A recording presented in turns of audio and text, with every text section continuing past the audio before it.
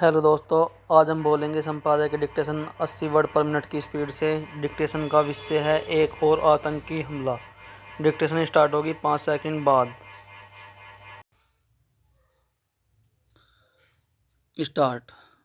Moscow के एक सभागार में भीषण आतंकी हमले ने फिर यह बताया कि जिहादी आतंकवाद किस तरह अभी भी दुनिया के लिए खतरा बना हुआ है।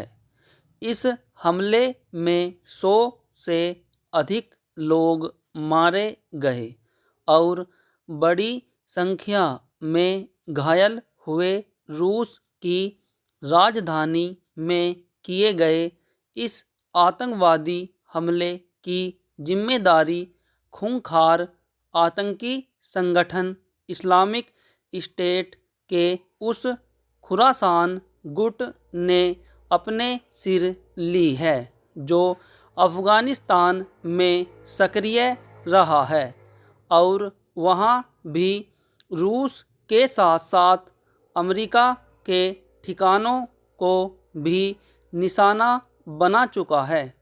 वह पाकिस्तान और ईरान में भी आतंकी हमले कर चुका है।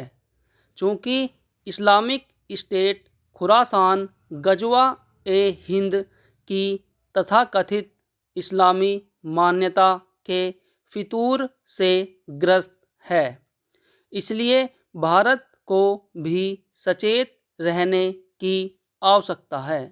इसलिए और भी अधिक क्योंकि यह आतंकी गुट भारत पर कब्जा करने की डींग हाँकता रहा है।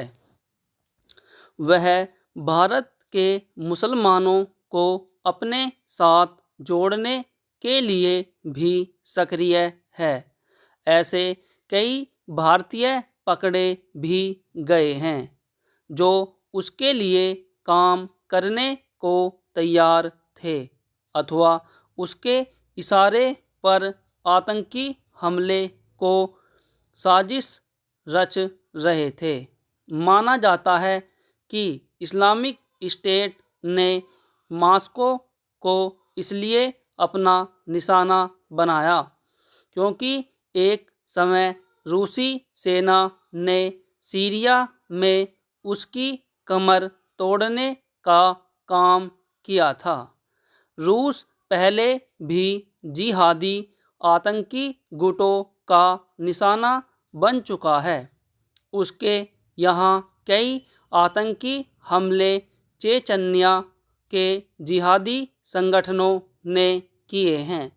रूस की माने तो मॉस्को में आतंकी हमले को अंजाम देने वाले आतंकी को यूक्रेन ने उकसाया, जहां यूक्रेन ने इस आरोप से इनकार किया है।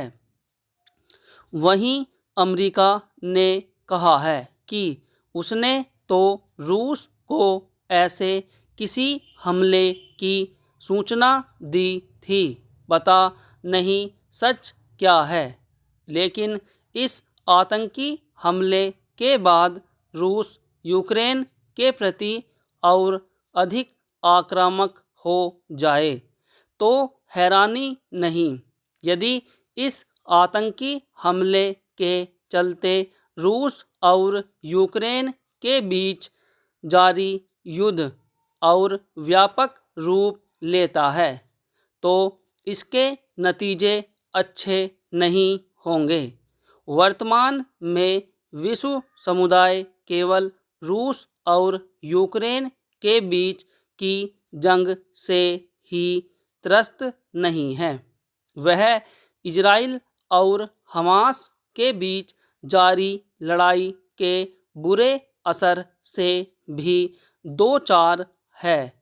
हमास का समर्थन करने के नाम पर यमन के एक हिस्से पर काबिज हौती विद्रोही लाल सागर में समुद्री जहाज़ों को निशाना बना रहे हैं।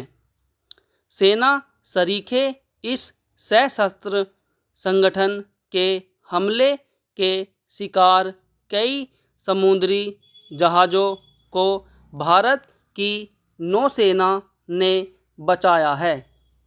फिलहाल यह कहना कठिन है कि रूस मॉस्को में हुए आतंकी हमले का जवाब किस तरह देगा, लेकिन इसमें कोई संदेह नहीं कि इस्लामिक स्टेट जैसे आतंकी संगठन तब तक दुनिया के लिए सिरदर्द बने रहेंगे जब तक विश्व समुदाय उनसे एकजुट होकर नहीं निपटता।